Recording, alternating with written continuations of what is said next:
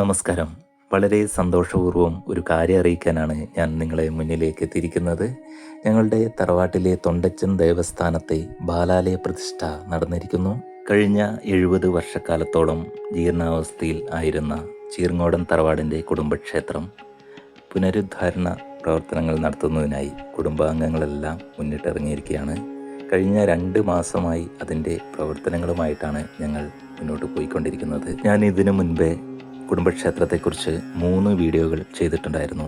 ആദ്യത്തേത് കുടുംബക്ഷേത്രത്തിൻ്റെ ഇപ്പോഴത്തെ അവസ്ഥയെക്കുറിച്ചും, അത് കഴിഞ്ഞ് താമ്പൂല പ്രശ്നം വെച്ചതും വിവിധ വഴിപാടുകൾ നടത്തിയതും പിന്നെ തറവാട്ടിൽ നാനായിപ്പാട് കഴിച്ചതുമൊക്കെയാണ് ഇതിനു മുമ്പ് ചെയ്തിട്ടുള്ള വീഡിയോയിൽ ഉണ്ടായിരുന്നത്.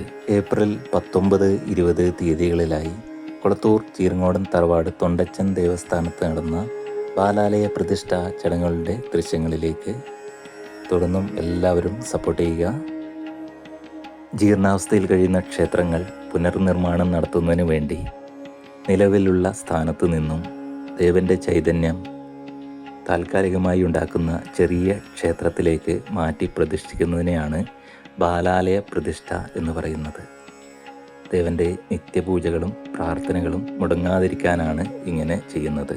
അതിനുശേഷം ക്ഷേത്ര നിർമ്മാണം പൂർത്തിയാകുമ്പോൾ ദേവൻ്റെ ചൈതന്യത്തെ ആവാഹിച്ച് പുതിയ ക്ഷേത്രത്തിലേക്ക് പ്രതിഷ്ഠിക്കുന്നതാണ്.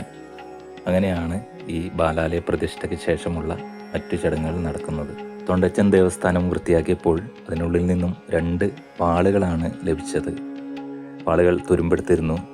തൊണ്ടച്ചൻ്റെ ശൂലവും പീഠവുമൊക്കെ നശിച്ചു പോയിരുന്നു.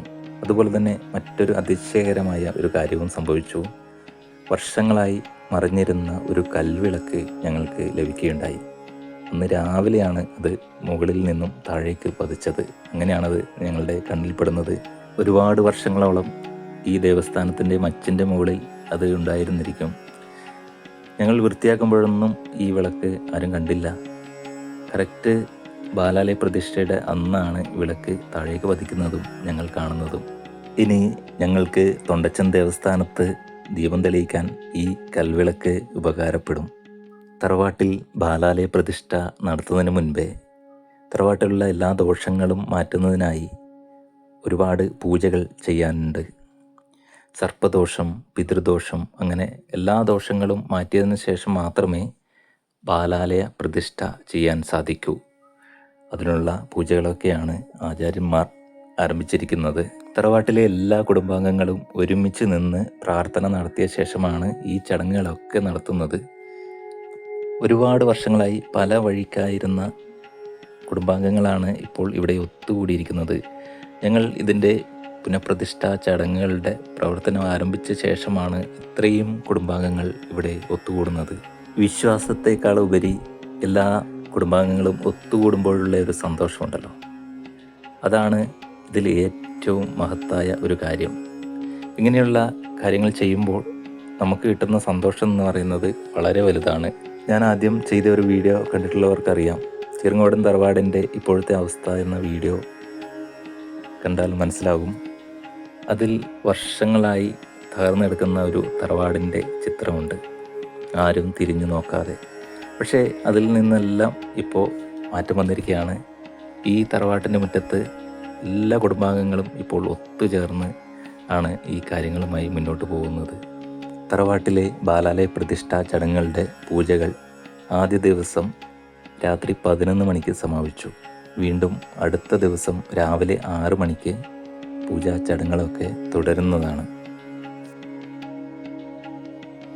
ബാലാലയ പ്രതിഷ്ഠാ ചടങ്ങുകളുടെ 2ാമത്തെ ദിവസമായ മാർച്ച് 20 രാവിലെ 9:15-നും 10:15-നും ഇടയ്ക്കുള്ള ശുഭമുഹൂർത്തത്തിലാണ് ബാലാലയ പ്രതിഷ്ഠാ ചടങ്ങുകൾ നടക്കുന്നത്. അതുകൊണ്ട് തന്നെ തലേദിവസം രാത്രി എത്താൻ കഴിയാത്ത ബന്ധുക്കളൊക്കെ തന്നെ പിറ്റേന്ന് രാവിലെ ഇവിടെ എത്തിയിരിക്കുകയാണ്.